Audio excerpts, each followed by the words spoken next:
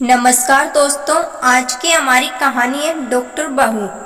Priyanka doctor की पढ़ाई कर रही थी, लेकिन उसकी सास कोकिला को उसका पढ़ाई करना बिल्कुल पसंद नहीं था और वह जानबूझकर उन्हें घर के कामों में उलझाए रखती थी। प्रियंका के घर उसकी सहेली आती है। नमस्ते आंटी, प्रियंका घर पर है क्या? सास, क्यों, कौन है तुम और तुम्हें क्या काम है मेरी बहू से? जी, मैं उनकी सहेली नीलम हूँ। कल उसका एग्जाम है ना, उसने मुझसे कुछ किताबें पढ़ने के लिए मंगवाई थी, वही देने आई हूँ। अच्छा, तू है नीलम जो सारा दिन फोन पर मेरी बहू के कान भरती रहती है? देख लड़की, अगर आज के बाद तूने मेरी बहू को उल्टी सीधी बात पढ़ाई तो मुझसे बुरा कोई नहीं होगा।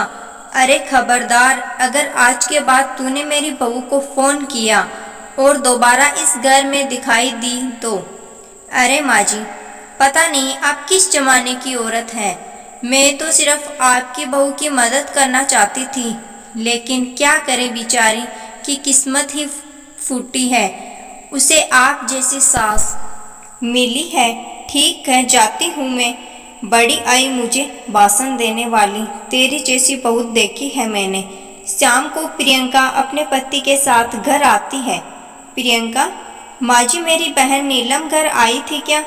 माँ जी बोली, अरे बड़ी बदतमीज है तेरी सहेली, औरों से बात करने का ढंग भी नहीं है उसे, तो मैंने बड़े बड़े ताने सुनाकर भगा दिया। डॉक्टर बहू, अरे भगवान, अब क्या होगा? कल मेरा एग्जाम है। सास कोकिला, अरे तेरी ये बेकार की पढ़ाई में क्या रखा है?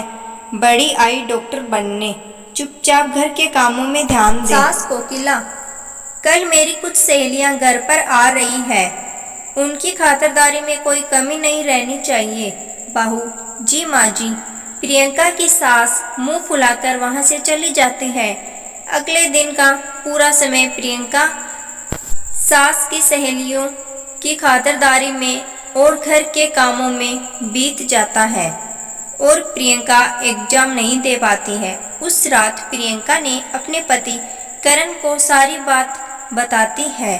करण, अब क्या बोलूं, ये माँ बिना कोई बात नहीं, और तुम अपना मुंह ठीक कर लो, अगली बार अच्छे से ठीक से पढ़ाई करना।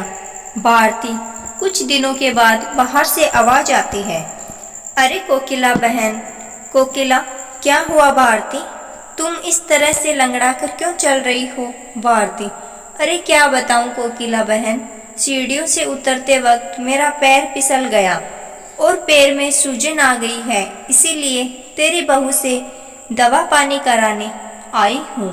कोकिला, मेरी समझ में नहीं आता, लोग छोटी छोटी बातों को लेकर डॉक्टर के पास क्यों जाते हैं? अरे तेरा पैर मुड़ गया है ना, बस ला अभी तेरे पैर को ठीक कर देती हूँ, दिखा तेरा पैर। कोकिला भारती का पैर पकड़कर जोर से खींचती है। भारती मर गई रे, ऐसा बोलकर जोर से चीखती है। कोकिला, अरे क्या हुआ, आराम मिला? एक तो मेरा पैर पहले से मचका हुआ है, कहीं ऐसा न हो कि ज्यादा मचकोड़ हो जावे। रहने दे तू, अब मैं चलती हूँ। और वो चली जाती है। थोड़ी देर के बाद प्रियंका घर आती है। माँ जी, अरे कहाँ मर गई थी सुबह से? प्रियंका, माँ जी मैं अपनी किताबें लेने गई थी। प्रियंका अपने कमरे में चली जाती है। माँ जी, अच्छा इन किताबों ने इसका दिमाग खराब कर रखा है, ये किताबें ही सारी मुसीबत की जड़ है। थोड़ी देर में ही वहाँ पेपर पस्ती लेने वाला और खाली बोतल लेने वाला चिल्लाता हुआ गुजर रहा होता है। सास ने बहू की सारी किताबें पेपर वाले को दी। पेपर वाला बोला, ये तो सब अंग्रेजी में लिखी हुई बहुत महंगी किताबें हैं। तो कोकिला बोली, तू लेकर जाता है कि नहीं? वैसे पेपर वाला सब किताबें लेकर चला जाता है। प्रियंका को जब इस बात का पता चलता है तो वह बहुत ही दुखी हो जाती है और अपनी पढ़ाई पूरी करने के लिए लाइब्रेरी में पढ़ने के लिए जाने लगती है। कुछ दिनों के बाद सास कहती है, अरे मर गई रे बाप, सास को बहुत दर्द होता है और वो चीखने लगती है। उसको सहा नहीं जाता कि माँ की तबीयत बिगड़ी।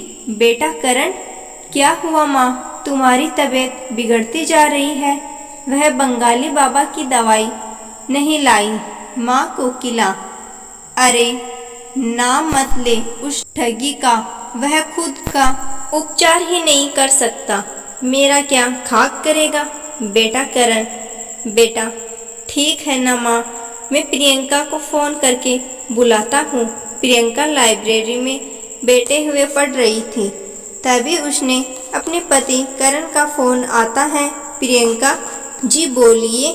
जी करण, माँ की तबीयत ठीक नहीं है, जल्दी घर आ जाओ। प्रियंका, जी मैं अभी आती हूँ। थोड़ी देर के बाद प्रियंका घर पहुँचती है और कहती है, क्या हुआ माँ जी। माँ जी, हाँ बहुत बुखार है। प्रियंका, फिक्र न करो माँ जी, आप मुझे एक बार चेकअप करने दीजिए, सब ठीक हो जाएगा। माँ जी, अच्छा ठीक है बहू, जैसी तेरी मर्जी। प्रियंका कोकिला का चेकअप करती है। फिक्र न करें माँ जी, आपकी बीमारी समय रहते पता चल गई है, ठीक हो जाएंगी। अगर थोड़े दिन और गुजर जाते तो इन्फेक्शन ज़्यादा फैल जाता और लेने के देने पड़ जाते। प्रियंका अपनी सास को एक इंजेक्शन लगा देती है और कुछ दवाइयाँ खाने के लिए दे देती है। प्रियंका, अब आप एकदम ठीक हो जाएंगी। कुछ दिनों के बाद कोकिला पूरी तरह से ठीक हो जाती है। कुछ दिनों के बाद कोकिला पूरी तरह से ठीक हो जाती है। अपनी बहू के साथ किए गए बुरे बर्ताव से कोकिला को बहुत पछतावा और शर्मिंदगी महसूस होती है। वह अपनी गलती का पश्चाताप करने के लिए अपनी बहू को उसकी किताबें लाकर देती है। सास कोकिला, मुझे माफ़ कर दे बहू, अगर तू सही वक्त पर मेरा इलाज नहीं करती तो पता नहीं क्या होता। माँ जी, आप ऐसी बातें क्यों कर रही हो। मैंने जो किया वह तो बहू होने के नाते मेरा फर्ज था। आशा करती हूँ दोस्तों, आज की मेरी ये कहानी आप सभी को पसंद आई होगी। धन्यवाद।